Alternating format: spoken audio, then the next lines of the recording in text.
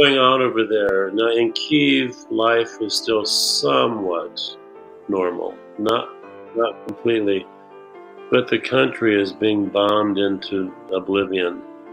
And the youngest member of the group is the same age as my high school granddaughter. And I just keep thinking of my granddaughter having to live through that. No, absolutely not. You know, we cannot find this to be acceptable. But you know what? My sphere of influence, I have no control over Putin. I have no control over any of those people.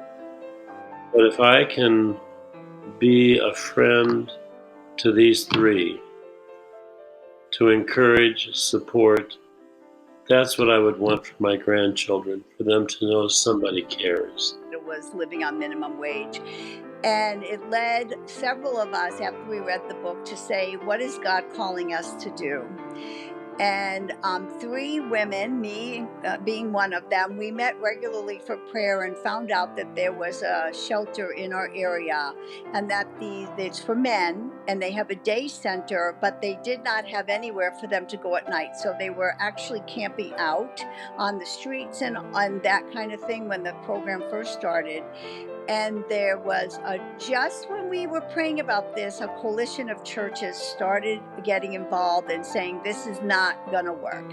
And the churches stepped up and they started housing the men. This is a traditional program that is across the U.S. Many places do this. It's called the PADS program, PADS. And they sleep at churches. Light Bearer to me is all about shining not only our own light, but helping others to find their light and helping to bring that out. Helping to shed light on what are the injustices in our current system. Where does educational reform need to happen?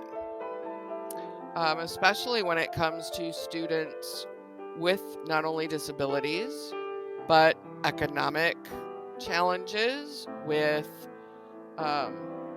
racial challenges, all of it. The disciples didn't want to have Jesus wash their feet, but Jesus shares with us this gift of love, humbling himself to take on the role of being a servant. The dirty, callous leg ulcer wounds, it's all part of the package.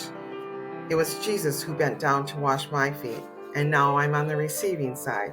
Yeah, it has returned back to me. So it's not about me when I'm doing this ministry, but my story is a part of that.